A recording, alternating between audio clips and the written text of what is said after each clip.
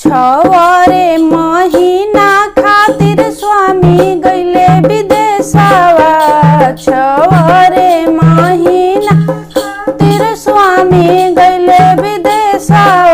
अरे बीती गइले 12 बरिस रे लालना।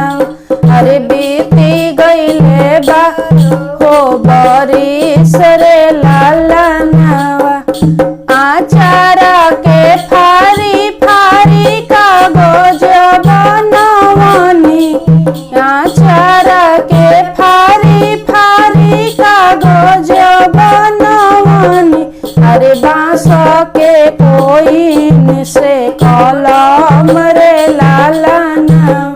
अरे बांस के कोइन से कलम रे लालना। काजरा के पोछी पोछी लिखनी बियोगावा। काजरा के पोछी पोछी लिखनी बियोगावा। अरे भेजी दिहनी हमहू विदेश रे लालना। अरे भेजी दिहनी हमहू विदेश रे लालना।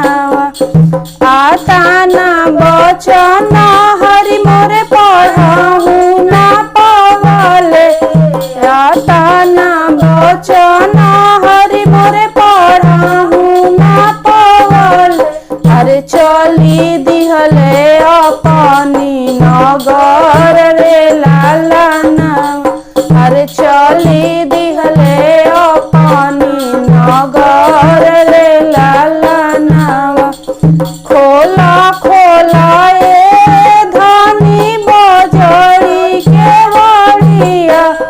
खोला खोला ए धनी बजड़ी के बड़िया। स्वामी तोहरे चौकठ पर खाड़ रे लालना। अरे स्वामी तोहरे चौकठ पर खाड़ रे लालना। जब हम जनती स्वामी रहबी विदेशवा। अब हम जनती स्वामी रहबी विदेशवा। अरे पापा घरे रहिती कुंवार रे लालना। अरे पापा घरे रहिती कुंवार रे लालना। जब हम जनती धनी होई बुआ धीरावा। जब हम जनती धनी होई बुआ धीरावा। अरे चौके पर छोड़ी ती कुंवार रे लालना। अरे चौके पर छोड़ी